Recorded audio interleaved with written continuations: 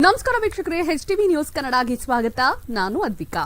ಮುದಗಲ್ ಪತ್ರಿಕೋದ್ಯಮದಲ್ಲಿ ಸತತ 24 ವರ್ಷಗಳ ಕಾಲ ಸೇವೆ ಪೂರೈಸಿ ಅನೇಕ ಸಾಮಾಜಿಕ, ಮಾನವೀಯತೆ ಹಾಗೂ ತನಿಖಾ ವರದಿಗಾರಿಕೆಯೊಂದಿಗೆ ಸೃಜನಶೀಲ, ಶುದ್ಧ ಬವಣಿಗೆಯ ಪತ್ರಿಕೋದ್ಯಮದಲ್ಲಿ ವಿಭಿನ್ನ ಹಾಗೂ ವಿಶೇಷವಾಗಿ ಗುರುತಿಸಿಕೊಂಡಿರುವ ಶರಣಯ್ಯ ಬಿ.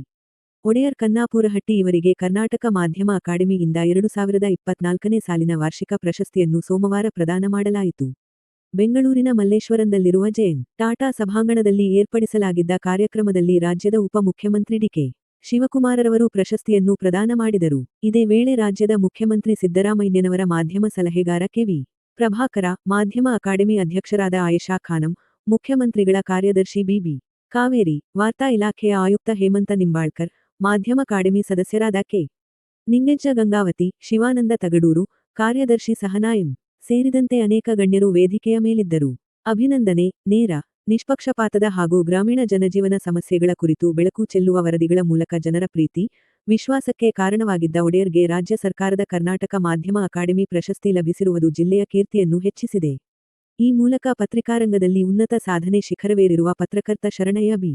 ಒಡೆಯರ್ ರವರಿಗೆ ತಾಲೂಕಾ ಕಾರ್ಯನಿರತ ಪತ್ರಕರ್ತರ ಸಂಘ ಹಾಗೂ ಪಟ್ಟಣದ ಪ್ರಮುಖರು, ಪತ್ರಕರ್ತರು ಹಾಗೂ ವಿವಿಧ ಸಂಘಟನೆಯ ಪದಾಧಿಕಾರಿಗಳು ಅಭಿನಂದಿಸಿದ್ದಾರೆ.